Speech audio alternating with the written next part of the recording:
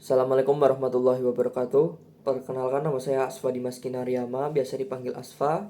Saya merupakan mahasiswa Teknik Mesin Universitas Diponegoro dengan NIM 2105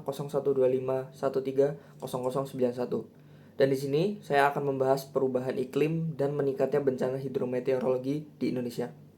Pemirsa, bencana banjir dan juga longsor yang terjadi di beberapa wilayah, termasuk di wilayah Sumatera dan juga di wilayah-wilayah Indonesia lainnya, tentu menjadi peringatan bahwa harus ada antisipasi yang dilakukan oleh semua pihak, mulai dari pemerintahan sampai dengan kita sebagai masyarakat, terkait dengan beberapa faktor yang memungkinkan bencana bisa terjadi. Salah satu faktor yang mungkin bisa terjadi saat ini adalah perubahan cuaca yang terbilang ekstrim sampai nanti diprediksi di awal tahun 2026. Kami akan paparkan pemirsa, waspada bencana hidrometeorologi. Bencana hidrometeorologi Terhadap bencana hidrometeorologi. Bencana hidrometeorologi. Bencana hidrometeorologi. Dalam beberapa tahun terakhir, Indonesia semakin sering menghadapi bencana alam yang datang silih berganti. Banjir, tanah longsor, kekeringan, angin kencang, hingga gelombang tinggi di pesisir. Semua ini bukan hanya kejadian biasa, tetapi merupakan bagian dan meningkatnya bencana hidrometeorologi, bencana yang dipengaruhi oleh cuaca dan iklim. Perubahan iklim global telah mengubah pola alam kita, dan kini dampaknya semakin jelas. Apa sih bencana hidrometeorologi itu? Bencana hidrometeorologi adalah bencana yang timbul akibat perubahan kondisi atmosfer seperti hujan ekstrim, badai, serta kenaikan suhu. Di Indonesia, jenis bencana ini meningkat tajam dalam 2 dekade terakhir. Ketika curah hujan meningkat, banjir dan longsor terjadi. Ketika kemarau memanjang, kekeringan melanda. Angin puting beliung muncul lebih sering dan gelombang tinggi menjadi ancaman serius bagi wilayah pesisir. Dan mengapa ini bisa terjadi? Perubahan iklim menyebabkan suhu bumi naik, akibatnya penguapan air meningkat dan atmosfer mampu menampung lebih banyak uap air. Ketika uap air ini dilepaskan, hujan yang turun menjadi jauh lebih ekstrim. Selain itu, pergantian musim yang tidak menentu membuat Indonesia kehilangan kestabilan iklim yang dulu dimilikinya. Kemarau menjadi lebih panjang, sementara musim hujan menjadi lebih pendek tetapi jauh lebih intens. Inilah yang membuat cuaca semakin sulit diprediksi dan bencana hidrometeorologi meningkat. Apa saja dampak nyata yang terjadi di Indonesia? Bencana hidrometeorologi kini menjadi bencana yang paling sering terjadi di Indonesia. Contohnya, banjir besar di Jawa dan Sumatera akibat curah hujan ekstrim dan sungai-sungai yang meluap. Tanah longsor di daerah pegunungan karena tanah tidak mampu menahan air dalam jumlah yang besar.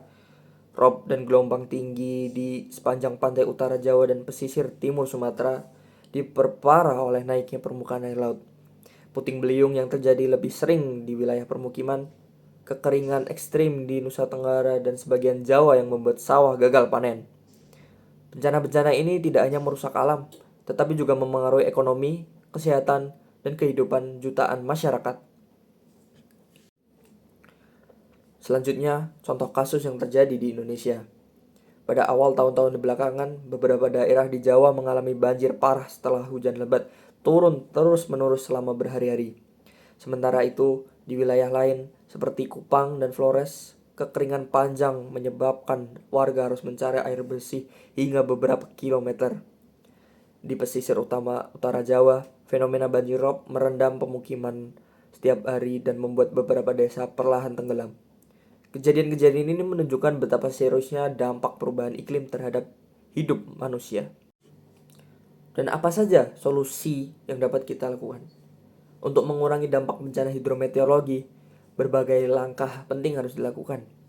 Pemerintah mulai menerapkan sistem peringatan dini cuaca ekstrim, memperbaiki tata kelola sungai, membangun sabuk hijau pesisir, dan meningkatkan edukasi mitigasi bencana.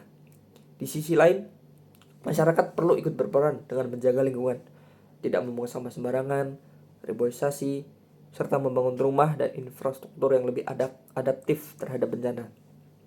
Mitigasi perubahan iklim global seperti pengurangan emisi, penggunaan energi terbarukan, dan perlindungan hutan juga sangat penting untuk mengurangi bencana di masa depan nanti.